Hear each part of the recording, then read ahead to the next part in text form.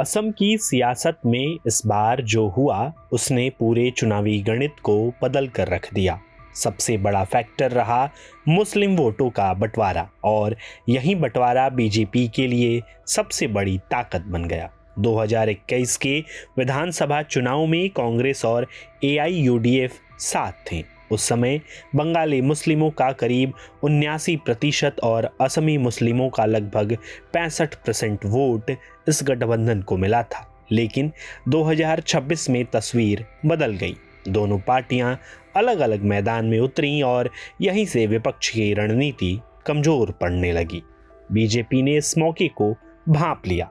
रणनीति साफ थी, मुस्लिम वोटों को एकजुट नहीं होने देना। राज्य के मुख्यमंत्री हिमंता बिस्वा शर्मा ने चुनावी नैरेटिव को बहुत सोच समझकर सेट किया। उन्होंने मियां मुस्लिम और असमी मुस्लिम के बीच अंतर को उभारा। बांग्लादेश से आए घुसपैठियों को असमी संस्कृति के लिए खतरा बताया और साथ ही असमी मुस्लिमों को अलग पहचान देने की कोशिश की। इस रणनीति का साफ असर दिखा। जहां पहले मुस्लिम वोट एक दिशा में जाते थे, वहीं इस बार वे कई हिस्सों में बंट गए। चुनाव से पहले एक और बड़ा बदलाव हुआ, परिसीमन यानी डिलिमिटेशन।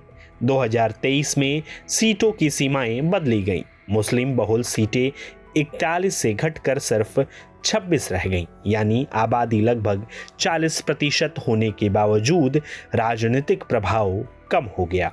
पॉलिटिकल एक्सपर्ट्स का मानना है कि इस परिसीमन ने बीजेपी को उन सीटों पर भी बढ़त दी जहां पहले वह कमजोर मानी जाती थी।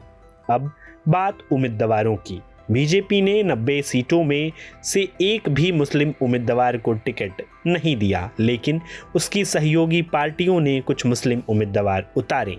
वहीं कांग्रेस के नेतृत्व वाले महागठबंधन ने 22 मुस्लिम प्रत्याशी मैदान में उतारे, लेकिन वोटों का बंटवारा इतना ज्यादा था कि इसका फायदा विपक्ष को नहीं मिल पाया। दूसरी तरफ हिमंता बिस्वा शर्मा की लोकप्रियता भी बीजेपी के लिए फैक्टर बनी। उनकी रैलियों में भारी भीड़ उमड़ी और खास बात ये रही कि ये भीड़ वोट में भी बदली। उन्होंने लगातार बांग्लादेशी घुसपैठ का मुद्दा उठाया, दावा किया कि हर हफ्ते 35 से 40 घुसपैठियों को वापस भेजा जा रहा है।